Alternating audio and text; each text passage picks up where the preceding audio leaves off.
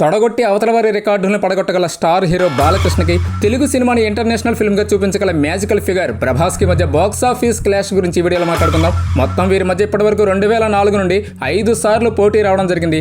తొలిసారి 2004లోనే వీరి మధ్య పోటీ వచ్చింది. బాలకృష్ణ లక్ష్మీ నరసింహ సినిమాతో జనవరి 14న సంక్రాంతికి రాగా అదే రోజున ప్రభాస్ వర్షం అంటూ వచ్చారు. జయంత్ సి పరాంజీ డైరెక్షన్లో బాలయ్య లంచాలు తీసుకునే పోలీస్ ఆఫీసర్గా అదే టైంలో తను ఎందుకు అలా చేయాల్సి వచ్చింది అని చెప్పే కథాంశంతో పవర్ఫుల్ పాత్రను పోషించి బాక్సాఫీస్ వద్ద సూపర్ హిట్ అందుకున్నారు. మణిశర్మ పాటలు ఆసిన అందాలు ఆకట్టుకుంటాయి. ఇక దీనికి పోటీగా వచ్చిన ప్రభాస్ వర్షం మూవీ యూత్ ని విపరీతంగా అలరించిన లవ్ స్టోరీ. ఇన్నాళ్లకు గుర్తొచ్చిన వాన అంటూ త్రిష వర్షంలో పాడిన పాట చాట్ బస్టర్. గోపిచంద్ విలన్ గా నడిచే ఈ ట్రయాంగిల్ లవ్ స్టోరీలో ప్రభాస్ త్రిషల మధ్య వచ్చే సీన్లు హైలైట్. తన ప్రేమను గెలిపించుకునేందుకు విలన్ బారిన పడ్డ హీరోయిన్ ని హీరో ఎలా కాపాడుకున్నాడు అన్నది ఇలా ఆద్యాంతంగా అద్భుతంగా తెరకెక్కించారు డైరెక్టర్ శోభన్. ఈ మూవీ బాక్సాఫీస్ వద్ద బ్లాక్ బస్టర్ విజయాన్ని దక్కించుకుంది. ఇక రెండవసారి క్లాష్ 2005లో వచ్చింది. ముందుగా రెబల్ స్టార్ ఛత్రపతి సినిమాతో సెప్టెంబర్ 30న రాగా దానికి 6 రోజుల తర్వాత బాలకృష్ణ అల్లరి పిడుగు మూవీతో అక్టోబర్ 5న వచ్చారు. ఎస్ఎస్ రాజమౌళి డైరెక్షన్లో ప్రభాస్ నటించిన ఛత్రపతి బాక్సాఫీస్ వద్ద ఘన విజయాన్ని నమోదు చేసింది.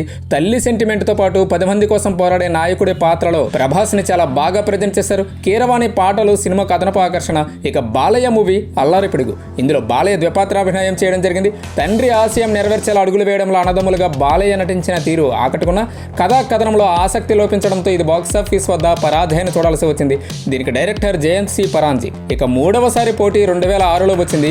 ముందుగా పౌర్ణమి వంటి క్లాసిక్తో ప్రభాస్ ఏప్రిల్ 21న రాగా దానికి 8 రోజుల గ్యాప్తో ఏప్రిల్ 29న వీరభద్రగా వచ్చారు నందమూరి నరసింహం.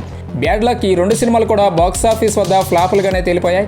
పౌర్ణమి మూవీకి డైరెక్టర్ ప్రభుదేవ కాగా త్రిషతో వచ్చే లవ్ ట్రాక్ కొంత ఆసక్తికరంగా ఉంటుంది.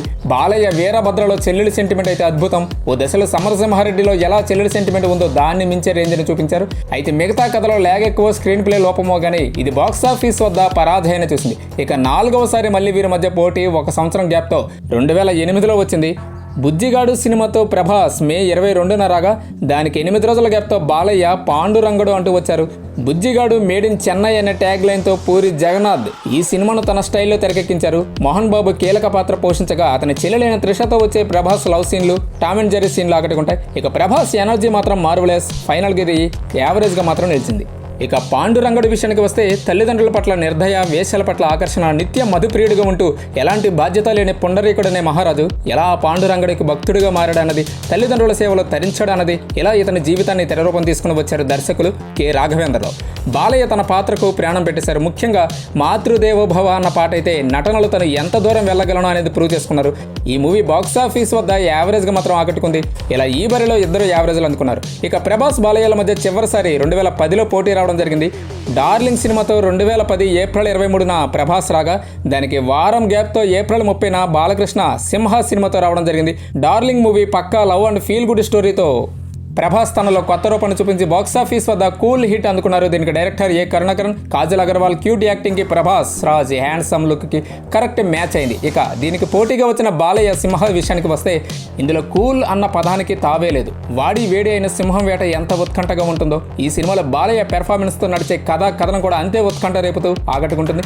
బాలయ్య నుండి ప్రేక్షకులు ఎలాంటి సినిమాని ఇష్టపడతారో అన్నది చాలా గ్యాప్ తర్వాత, చాలా మంది దర్శకుల తర్వాత బాగా తెలుసుకున్న దర్శకుడిగా బోయపాటి కొనియాడబడ్డారు. బాలయ్య ద్విపాత్రాభినయం చేసిన ఈ ఫ్యామిలీ రివెంజ్ స్టోరీ బాక్సాఫీస్ వద్ద బ్లాక్ బస్టర్గా నిలిచింది.